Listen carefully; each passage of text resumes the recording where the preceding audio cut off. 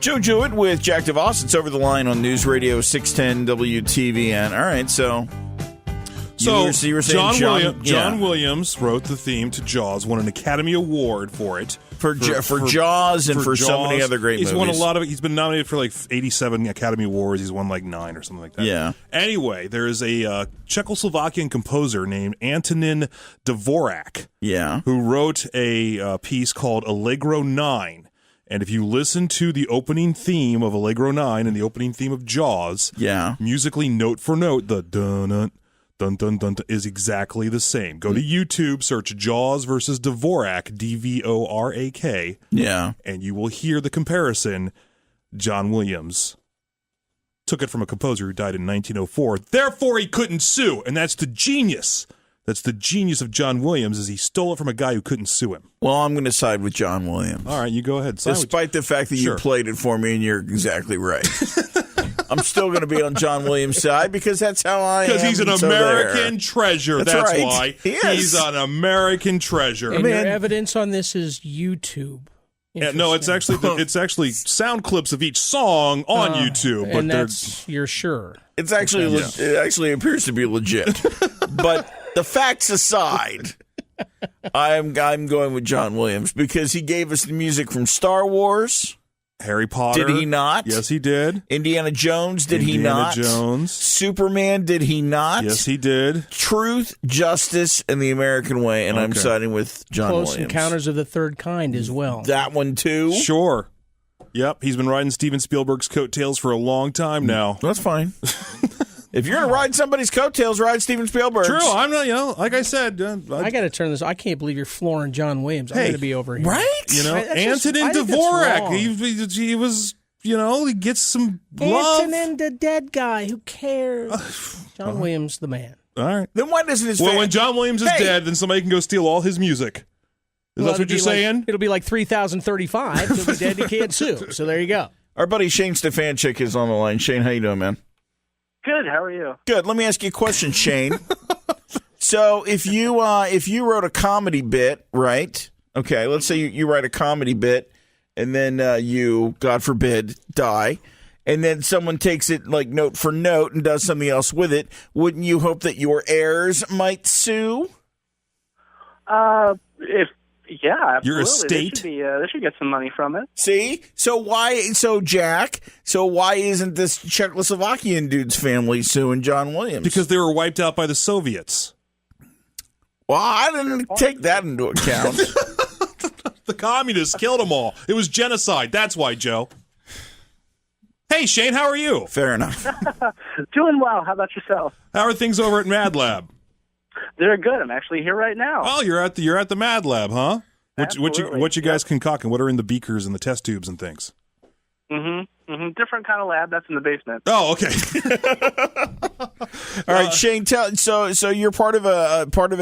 This is only a 2-weekend thing, right? It was this weekend, then it's next weekend, right?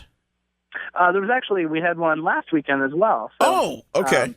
Yeah, but at this point, you have 2 more. Everybody has 2 more chances to see it, which is next Friday and Saturday at 8 p.m. at Madlab. It's called Sketchy Sex, and it's Madlab's first sketch comedy show in, 5-6 years? Yeah, something like that, yep. So there you go, and I'm taken by the title. It sounds a little naughty. It is a little naughty. Go ahead and describe the show for us. What are people going to expect next weekend when they go see this? Sure, absolutely. So it's a sketch show, and basically, you've got there's one sketch that sort of explores the was I was on a date, or was it just like 2 friends hanging out?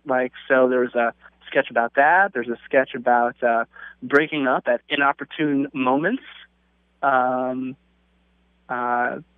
So there's a lot of different. So it explores relationships. It sketches about different stages of relationships and different parts of the sexual being of men and women and situations that they may go into. Yeah, absolutely. And obviously they're all we think they're funny, and we hope that the audience thinks they're funny. So you've had some audience. You've had some audiences. Yeah, what have the past audiences thought? Well, we got some We got lots of laughs. We got excellent some groans, some ews. So we appreciate the groans and ews. Sure, you got some ews. We're doing it right. Well, but yeah, you do have what I would term as uncomfortable comedy. Yeah, that is which from my understanding of the show, when you're talking about dating relationships and intimacy issues, there's a lot of that is uncomfortable for people, and I think that seems to be the sorts of areas where you guys explore. When you were writing this stuff, did you sit around and think about, well, what makes people uncomfortable, and let's put that in front of their faces for an hour and a half? Yeah. Some of it was that. Some of it was just true life experiences.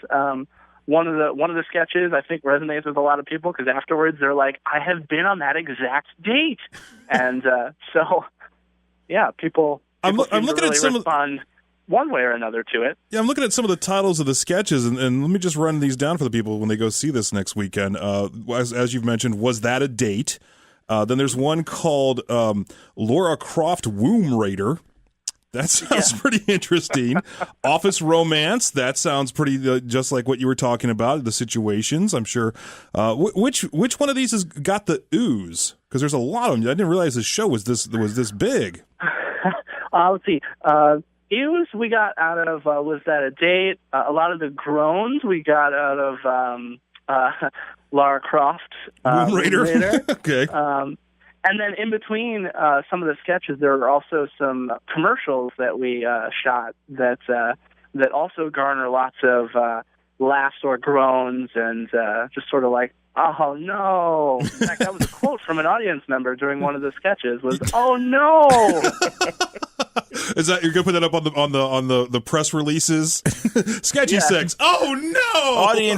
Audiences agree. Please, no more. I see the title of the commercial is Chauvinist, Feminist, and then one that's a play on the word politics that I can't really say on the radio. So that's interesting. Yes, absolutely. Well, Shane, how did this show come together? Talk about the folks you're working with and how this sort of came to be. Sure. So this is a Madlab show, and they wanted to do a sketch show, and I think I'm not entirely sure how they landed on this topic, but I'm glad that they did because it's a very entertaining show. Well, this is your first Madlab experience, right? You've done comedy elsewhere. That's correct. Yeah, I perform with the It's All Been Done Radio Hour troupe. We perform the second Saturday every month at Madlab at 5:30, and it's like we record it for a podcast, but we perform it live, so people can come out and we get the real laughter. And then through that, we just sort of started getting more and more involved with Madlab, and they said, "Hey, you guys interested in auditioning for a show?" And a couple of us said yes, and so it's sort of now we're involved in that, and we're working on I'm here right now working on next month's thing, which is Theater Roulette, which is the 18th annual Theater Roulette. So yeah, really getting involved and very excited. Madlab.net is the website. Tell people how to get to Madlab. Where's Madlab at? Madlab is on 3rd Street, so it's like right off the highway, right off of 670. So pretty easy to get to. It's right on the right. So. And if people want tickets, Shane, do they just show up or can they get them in advance? I would recommend buying them in advance because last night we actually had to turn people away at the door because we sold out. Oh, okay. Oh, congrats on that. So how do they get them in advance? They can go to madlab.net and pre-purchase tickets. Excellent. Well, congratulations on the show, Shane. It sounds like things are going very, very well at Madlab, and I'll remind people they have one more weekend rather, to check it out next Friday and next Saturday night, and get the tickets in advance. Thank you, Shane. Thank you. Have a good one. All right, congrats on the show, and we'll talk to you again soon.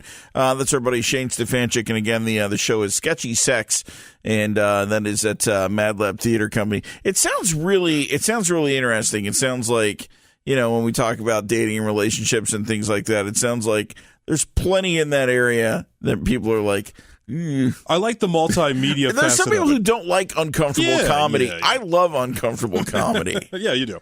Yeah. Yeah. It's like I talk to people Most of your about, comedy you give me is uncomfortable. Well, I'll talk to people about like a show like Curb Your Enthusiasm on HBO. Oh. And I'll say, have you seen that? And they're like, no, I can't watch it. It makes me feel weird. It's supposed What are you to. supposed to talk about?